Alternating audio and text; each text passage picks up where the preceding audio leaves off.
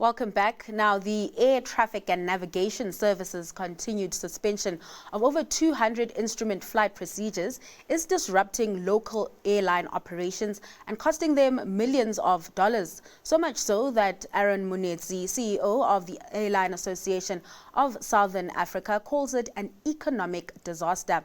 Aaron joins us with more detail. Aaron, thanks so much for your time this afternoon. As mentioned there, you're describing it as an economic disaster. Just elaborate on, I guess, the specific operational and financial impacts airlines are currently facing as a result. Thank you very much, and good afternoon to viewers. Thank you for having me. So why do we call it an economic disaster? Let me share with you maybe just one example of one of our member airlines, Airline. As far as Airline has given us records, from the 8th to the 19th of October this month, more than 4,000 passengers have been inconvenienced by these flight cancellations and delays, right? Yeah. Of those 4,000 passengers, about 2,000 passengers have experienced flight cancellations. That's 2,000 passengers who come to the airport, check in, and their flight is cancelled. And more than 1,600 passengers have had their flights either delayed or diverted from the place where they're supposed to be going to another place because of this particular issue of flight procedures. Now, for that airline alone, for Airline, plus or minus an additional plus or minus 9 million rand per month, which was not supposed to be there. But this is the cost of actually having to bear these cancellations, diversions, and passenger care, a total of 9 million rand per month. If you calculate it, that comes to almost 110 million rand per year that they are going to have to fork out simply because of this issue with instrument flight procedures. Now, unfortunately, Airlink has to pay and bear this cost, and also the communities remember that some of these flight procedures are into airports like Kruger Mpumalanga International Airport, and we all know that the majority of passengers going to Kruger are tourists. Yes. So we have game lodges, we have tour guides. Everybody in that tourism ecosystem is adversely impacted. The economic impact is dire for not only the airline but for the communities there as well. Now, further extend this to where are these tourists coming from? You and I know very well the majority of our tourists, especially those that go to places like Kruger, Mpumalanga, are overseas tourists. Yeah. The message goes out there that we've paid in advance for us to be able to go to Mpumalanga to have a safari. We arrive in Johannesburg, we can't go there. The message becomes even more impactful in that we receive cancellations because passengers are no longer sure that they can come to South Africa and enjoy the benefits of a holiday that they've paid. So everybody is at a disadvantage, from the airline to the passengers to the communities. That's why we've called it an economic disaster. And I can imagine everyone within that tourism ecosystem really feeling the pain of these troubles that are taking place in the airline industry. And I can imagine it's had significant impacts when it comes to regional connectivity. And you also mentioned there the impact when it comes to flight reliability. Correct. So you remember, our airlines sell one of two things. The first thing that they sell is their schedule reliability. So once the schedule integrity is no longer applicable, they have lost a major part of what they call their unique selling proposition. The second thing is we are not an island. So we are part of the 55 countries on the continent and also of a global network. So again, going back to our member airline, Airline, they have network connections, what that we call code share agreements, with the likes of airlines from the USA, with the likes of airlines from the Middle East, the likes of airlines from Europe. those airlines are selling South Africa and Southern Africa Yeah. on the basis of the fact that they have a relationship with Airlink, who's going to do the last minute delivery of the passengers to where they are going to. Now, once that last minute delivery of passengers is curtailed because of the unavailability of these instrument flight procedures, the airlines themselves that have got a relationship with Airlink are also upset, and as well as their passengers.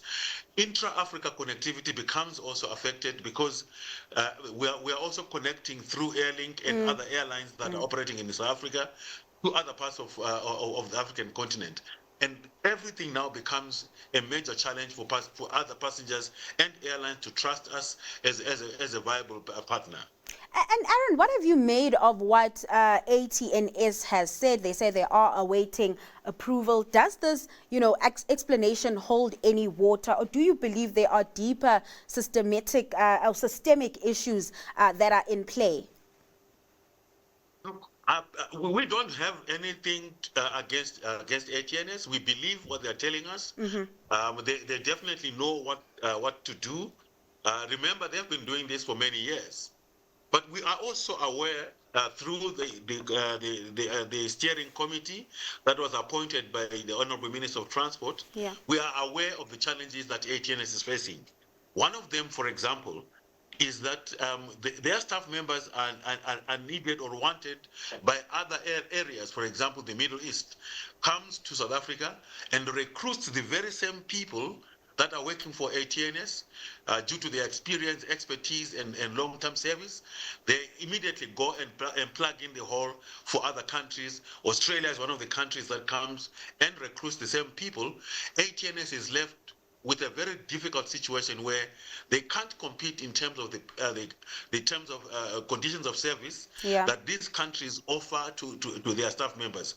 So they have to start all over again to train these people. What we want ATNS to do is to be truthful to us, tell us exactly what their situation is, as far as, for example, the pipeline for training the staff members. And in the meantime, what is the short gap measure that they've put in place to make sure that they can catch up with the number of IFPs that are falling behind.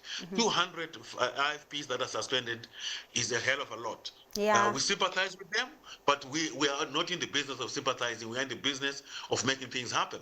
So we are saying, let's work together as an industry. How can we find a solution to make this thing better for everybody? What I'm getting here is the importance around transparency, and I guess, ATNS being more transparent with the industry. Just before I let you go then, Aaron, maybe let's speak on regulation and the pace of regulation being approved. What have you made of that? Because it does seem like there's also just like a lot of bottlenecks, a lot of backlogs, and that also just hindering the industry. That is true. So what we have also observed is that ATNS should have made a plan way back, knowing very well that, number one, they are susceptible to these IFPs, some of them requiring to be reevaluated and revalidated. The process takes up to 5 years. So surely in those 5 years, ATNS should be able to maybe even have a Gantt chart that says these IFPs need to be revalidated. We need to work on them so fast that so that they don't get to expire. That's the first thing. The second thing is the regulatory framework itself. So because we are part of a global system called the International Civil Aviation Organization, which issues the standard and recommended practices. So we know exactly what needs to happen. Okay. So again, ATNS and the regulator, in this case, Civil Aviation Authority, work very closely, which we appreciate.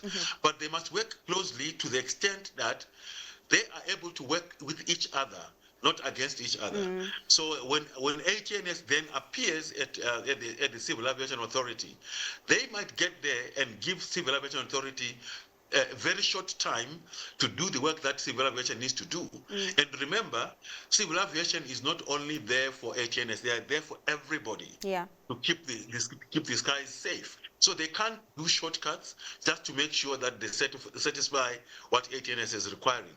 That's why we keep saying we need transparency. All of us need to be in one room, and we need to know exactly what we need to do to make sure that we maintain these procedures in place, not to make sure that we actually catch up. We do not want a situation where we're catching up.